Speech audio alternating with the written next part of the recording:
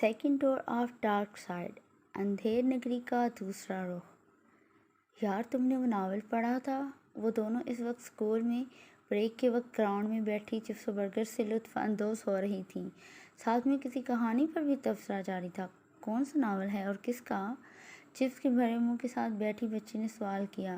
یار وہ کمل شاہ کا جو نیا آ رہا ہے، درد دستک دیتا ہے، دوسری لڑکی نے برگر سے انصاف کرتے ہوئے کہا۔ نہیں یار، ابھی وقت نہیں، ویسے بھی میں پری گوندل نامی لکھاری کو پڑھ رہی ہوں، وہ بہت اچھا لکھتی ہیں۔ پتہ ہے ان کا ہیرو کتنا پوزیسو ہوتا ہے اور ہیروئن کتنی معصوم، اف سائم کیسے حوریہ۔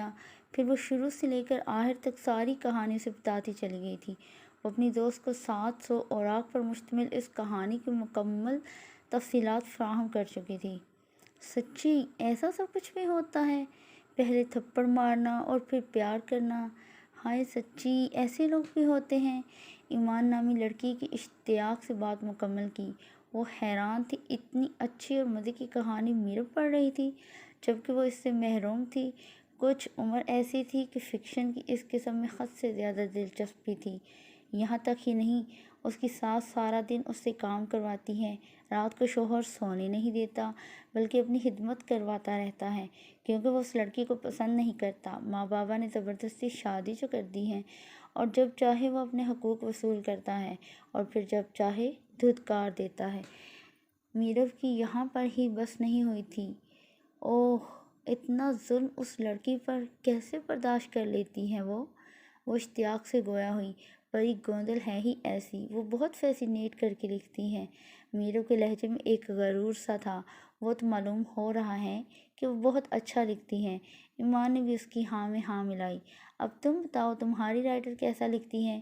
اپنی من پسند لکھاری کی شان میں زمین و آسمان کے قلابے ملانے کے بعد اب وہ اس کی مصنفہ کے بارے میں پوچھ رہی تھی کہ وہ کیسا لکھتی ہیں۔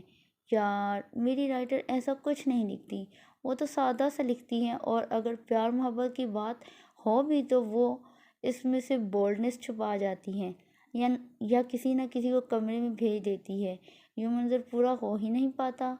ایمان نے منہ بناتے کہا، جس پر اس کی دوست میرو کھلکھلا کر ہنسی کیونکہ اکثر ایمان کا اعتراض رہتا ہے وہ کچھ رومانٹک بھی لکھا کریں، آج کل تو لوگ اسے عام پڑھتے ہیں۔ اور ایمان ہمیشہ کی طرح جواب دیتی کہ کہانی وہ ہوتی ہے جس میں کوئی مقصد پوشیدہ ہو، بے مقصد کہانیاں نہیں وقت گزاری ہوا کرتی ہیں، اور وہ وقت گزاری کرنے نہیں بلکہ کہانی لکھنے آتی ہیں۔ تو یار تم اسے نہ پڑھو، کیوں پڑھتی ہو؟ سوال کیا گیا تھا، بلکہ سوالیہ حل پیش کیا گیا تھا۔ نہیں نا، بہت اچھا لکھتی ہے وہ، ایسا کہ کوئی بھی لکھاری اس کا مقابلہ نہیں کر سکتا۔ لفظوں کا ایسا سحر پھونکتی ہیں کہ لوگ بے اختیار ہی اس کے سحر میں جکڑے جاتے ہیں۔ وہ لفظوں سے ایسے کھیلتی ہیں جیسے کوئی ماہر کھلاڑی بال سے، لفظ ناچتے ہیں اس کی انگلیوں پر۔ ایمان جذب کے عالم میں کمل شاہ کی تمام تر خوبیاں بیان کرتی جا رہی تھی جبکہ میرو خاموشی سے صرف سن رہی تھی۔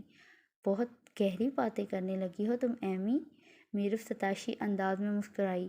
یہ بھی اس لکھاری کمل شاہ کی محنت کا ہی ثمر ہے کیونکہ وہ خود اتنی گہری باتیں لکھتی ہے کہ قاری ان میں جکڑا جاتا ہے۔ ایمان کے لہجے میں بھی اب ستائش اور ایک انچاہا مان تھا۔ خیر مجھ سے تو نہیں پڑھی جاتی یہ باتیں بھائی، تم بھی اسے پڑھو، بہت اچھا لکھتی ہے، رومانٹک اور بولڈ، پڑھ کر مزہ آ جاتا ہے۔ کوئی اتنا اچھا کیسے لکھ لیتا ہے؟ وہ اپنی پسندیدہ لکھاری کی تعریف کر رہی تھی۔ لیکن کیا بولڈ اچھے میں شمار ہوتا ہے؟ اگر بات کریں تو ایک حد تک اسے بھی ادب کا حصہ مان لیا جاتا ہے، لیکن بات جب حد سے بڑھ جائے تو وہ ادب کے دائرے سے نکلتا بے ادبی میں داخل ہو جاتا ہے اور گند ہوتا ہے۔ اب چاہے اسے ادب کے نام پر فروخت کیا جائے یا پھر یوں ہی ریپر میں لپیٹ کر ذہنوں میں منتقل کیا جائے۔ ویسے بھی قلم ایک ٹھپے کی طرح ہوتا ہے جو جیسے چاہے اپنے نام کے ساتھ لگائے، لیکن پھر اس کی پہچان اسی ٹھپے سے کی جاتی ہے جو اس نے اپنے نام کے ساتھ لگایا تا حیات قبر تک۔ اچھا میں پڑھوں گی انہیں بھی۔ چلو اب بریک کا وقت ختم ہونے والا ہے ورنہ مس مریم ماریں گی۔ اتنا کہتی وہ خود بھی اٹھی اور اپنی دوست میرو کو بھی اپنے ساتھ گھسیٹا۔ بیٹا کھانا کھا لو جلدی سے آ کر۔ وہ جو ٹیسٹ کی تیاری کر رہی تھی اپنی ماں کے کہنے پر کتابیں بند کرتی نیچے کو چل دی۔ ہاں تو آج کیا کیا تم نے اور تمہاری اس کمل شاہ نے؟ کچھ نیا لکھا کیا؟ وہ کھانے کی ٹیبل پر پہنچی ہی تھی کہ سفین شاہ نے بیٹی کو چھیڑا۔ وہ اکثر ہی کمل شاہ کی تعریفیں کر کر کے انہیں تعریفیں کرتے پکا دیتی تھی، اور سرسری سا تو سفین صاحب بھی اسے پڑھ چکے تھے۔ انہیں بھی وہ لکھاری اچھی لگی تھی جو ادب کے دائرے میں رہتے معاشرے کے تلخ پہلوؤں پر روشنی ڈالتی تھی۔ بابا نہیں کرے نہ تنگ، ایمان نے منہ بنایا۔ وہ ناراض ہوئی۔ ان دنوں وہ اسکول میں ہوتے ٹیسٹ کی وجہ سے وہ موبائل کو قسم دے کر الماری میں بند کر چکی تھی، جبکہ سفین صاحب اسی بات کا حوالہ دیتے اس کے زخموں پر نمک پاشی کر رہے تھے۔ بابا کی جان، ہم تو بس پوچھ رہے تھے آج کل آپ اپنی مصنفہ کی تعریفیں نہیں کر رہی ہیں۔ ان کا انداز اب بھی مذاق اڑانے والا تھا، جسے ایمان نے واضح محسوس کیا تھا۔ بابا میں آپ سے بات نہیں کروں گی، آپ جانتے ہیں نا میں کیوں نہیں پڑھ رہی انہیں، ایمان نے منہ بناتے جواب دیا، جس پر کب سے ہنسی روکتی مسز سفین سمیت سفین صاحب بھی ہنس دیے۔ فکر مت کریں، کل سے کمل شاہ ہی ہونے والی ہے، مسز سفین نے لقمہ دیا جو کہ مقابل کو ایک آنکھ نہ بھایا۔ مما آپ بھی؟ نہیں میں ابھی نہیں، مسز سفین نے ٹھنڈا سا طنز کیا جو ایمان کو کم از کم تپانے کے لیے کافی تھا۔ میں اب دونوں سے ناراض ہوں۔ اتنا کہہ کے وہ واک آؤٹ کرنے لگی کہ دفعتاً ایمان کے کانوں سے سفین صاحب کی آواز ٹکرائی۔ اچھا میں تو آئس کریم کھانے جا رہا تھا، سفین صاحب نے مسکراہٹ دباتے کہا۔ ایک یہی شرط پر آپ سے بات کروں گی، اگر مجھے بھی ساتھ لے کر جائیں گے۔ ایمان نے وہیں سے ہانک لگائی۔ تم ناراض ہی رہو تو بہتر ہے، پیسے بچتے ہیں تمہاری ناراضگی سے۔